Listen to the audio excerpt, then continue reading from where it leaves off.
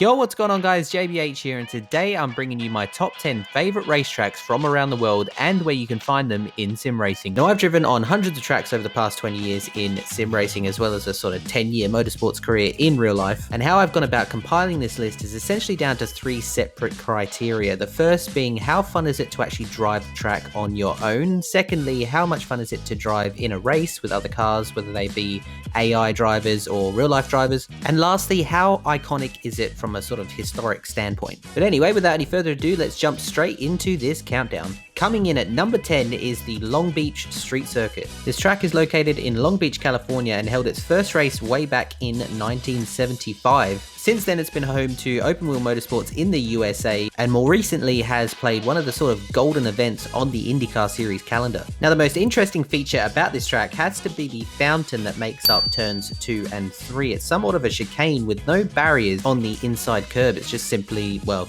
a garden of flowers. The track itself surrounds the Long Beach Convention Center and quite possibly has the tightest corner in the whole of IndyCar. Now, the best place to find this in sim racing right now, I would say, is Project Cars 2, although Assetto Corsa does have a decent version. Besides that, there isn't actually really a really good laser scan Long Beach out there as of right now, but all we can do is look to the future for a better Long Beach. Moving on to number 9, I bring to you the Indianapolis Motor Speedway. Now, this 2.5 mile quad oval, which is widely regarded as the most iconic racetrack in the world, opened way back in 1909, and just 2 years later held its first Indy 500. Since then, the Indy 500 has been a crown jewel event and is marked down on any motorsport enthusiast's calendar each year. Now, I didn't actually know this until I raced there in real life, but the track itself is located in a town called, quite literally, Speedway. The town itself is located just 14 minutes down the road from the city of Indianapolis, but what blew my mind is on the Indy 500 race weekend itself, the population of Speedway, Indiana grows by 30 to 35 times its normal size.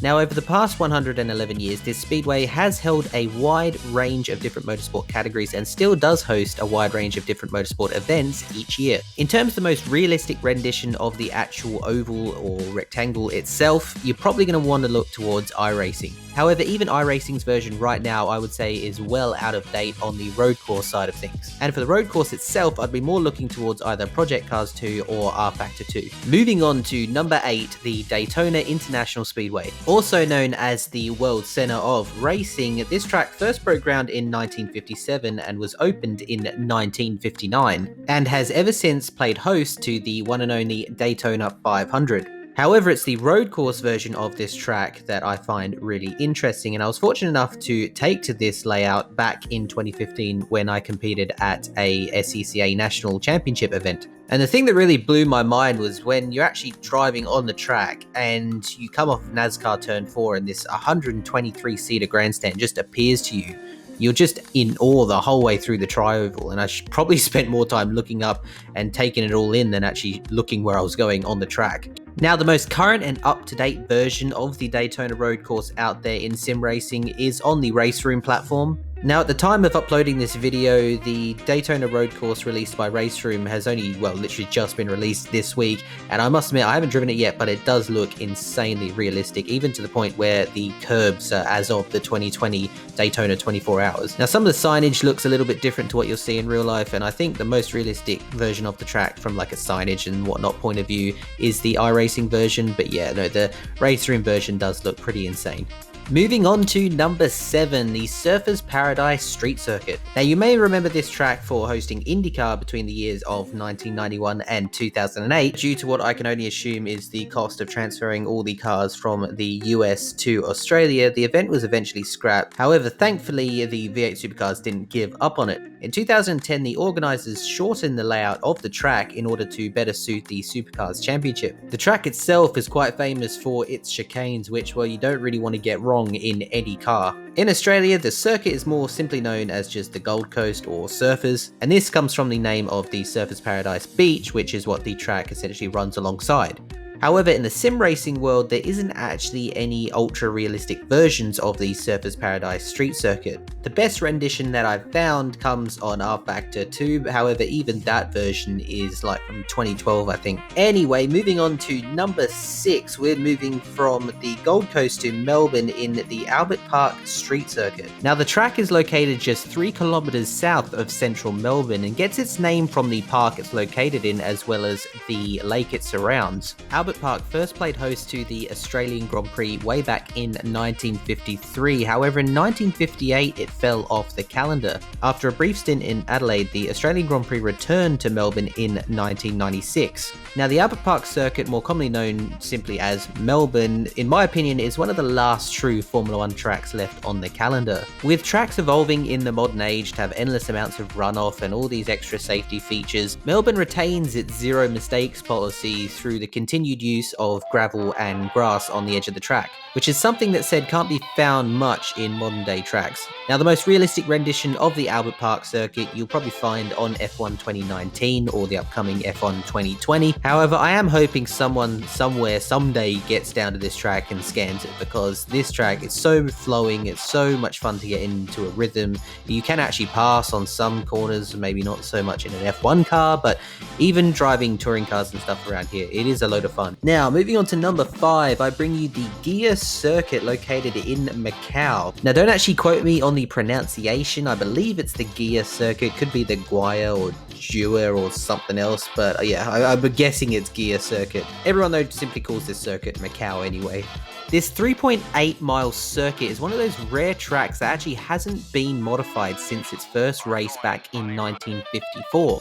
Most racing fans will know Macau through the Formula 3 sort of Macau Grand Prix that's held every year. However, there are a wide range of other categories that compete on the same weekend, and these include a GT3 race, a WTCR race, and a bike race, which I personally feel is absolutely batshit crazy. The most realistic version of Macau right now is on Race Room. However, if you do have rFactor 2, there is a pretty good version on that as well. Now, at number 4, it's probably the one track that everyone has on their lists, and that is the Nürburgring Nordschleife. Now, there are multiple layouts of this track. My personal favorite is the combined circuit that they use in the 24 hours of the Nürburgring. Located in Nürburg in Germany, this 25 kilometer, 15 mile beast is said to be the most dangerous track in the world. And it's no surprise really, I mean, virtually the track's just one long tarmac rally stage. Since the Nordschleife's inception in 1927, the track has claimed the lives of well over 200 drivers. However, to this day, drivers and tourists from around the world flock together to come and lap the Nürburgring, which often doesn't end up going too well.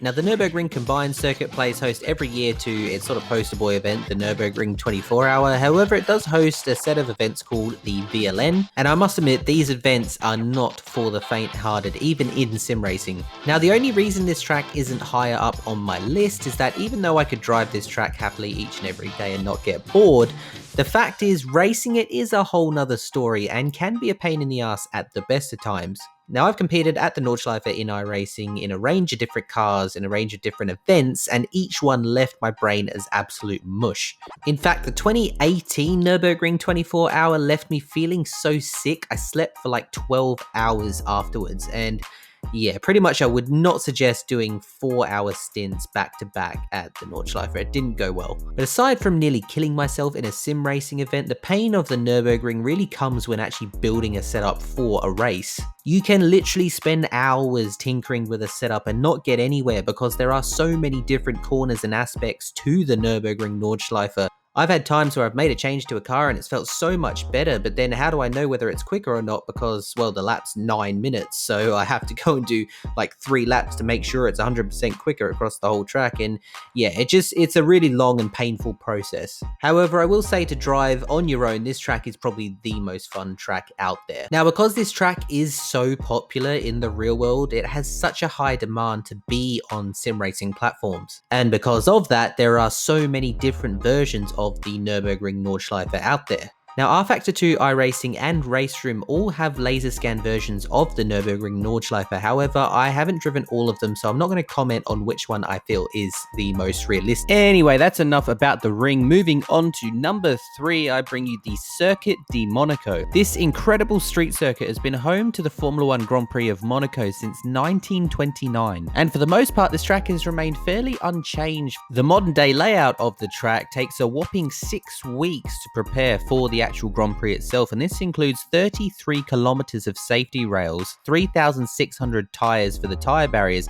and 20,000 square meters of Y-catch fencing. The track also hosts Formula 1's slowest corner by minimum speed at the Grand Hotel Hairpin. If you're looking for a good laser scan version of the track, you should look towards the R-Factor 2 version that's available on the Steam store. However, if you're looking for all the right signage and for sort of a Grand Prix weekend setup, you should look towards the F1 2019 game or the upcoming 2020 version. Moving on to number 2, I bring you the crown jewel of Australian motorsports. It is the Mount Panorama circuit. Dubbed by many European drivers as a mini Nürburgring, this 6.2 kilometer circuit, or 3.8 miles, finds itself on my list due to mainly the fact that it has a lot of the same challenges as the Nürburgring without having to do a 10-minute lap. Now, this circuit gets its name because it is literally situated on a hill called Mount Panorama. However, the motorsport community more commonly refers to this track more simply as just Bathurst, and that's because it's actually located just down the road from the city of Bathurst in New South Wales. The city itself has a population of 36,000 people and is located 203 kilometers northwest of Sydney. The circuit holds two sort of major events on the motorsport calendar in Australia each year, and that is the Bathurst 1000 and the Bathurst 12 Hour. And for most motorsport fans around the world, either of these two events are most likely on their bucket list. However, I will warn you that if you are from the US or Europe, getting to these events is no easy feat.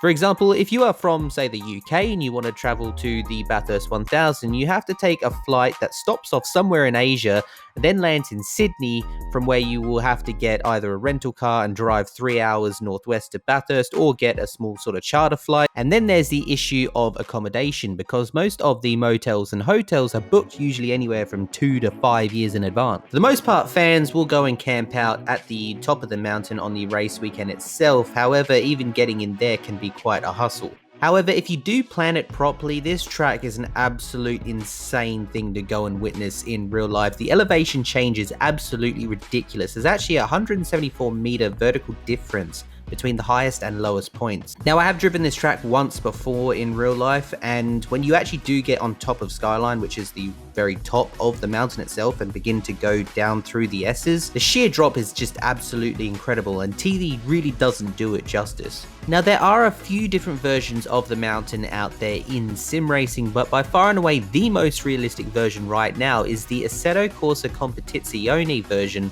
that came out not too long ago. Now, at long last, moving on to number 1, my favorite racetrack in the world is the Adelaide Street Circuit. Otherwise known as the Adelaide Parkland Circuit, this track played host to the Formula 1 Australian Grand Prix from 1985 to 1995. However, after the Formula 1 Grand Prix returned to Melbourne, the track itself had a 4-year sort of closure before reopening in 1999 for the V8 Supercars series. With a slightly shortened layout, the track has since played host to the Adelaide 500, or more commonly known to Adelaideans as the Clipsal 500, for the past 20 years. Now, in an interview with Australian legend Craig Lowndes a couple years back, he and a lot of drivers agree that the Adelaide 500 is the actual best event on the Supercars calendar. Now, the 4-day weekend that comprises the Adelaide 500 is made up of a wide range of different motorsports categories, varying from GT3 cars to historic racing cars to Porsche Carrera Cup to open wheel cars to the Supercar series themselves, and is widely regarded as the best touring car event in the world by the likes of Murray Walker. But aside from this event, the reason why this is number 1 on my list is because it has a bit of everything, and it all starts with the world famous center chicane that greets you at turn 1. You then move through a rhythm section of 90-degree corners before you end up finding yourself on the back straight. Now, once upon a time, Formula 1 cars reached speeds of 200 miles an hour or 320 kilometers an hour at the end of the street before they eventually reached the famed turn 8,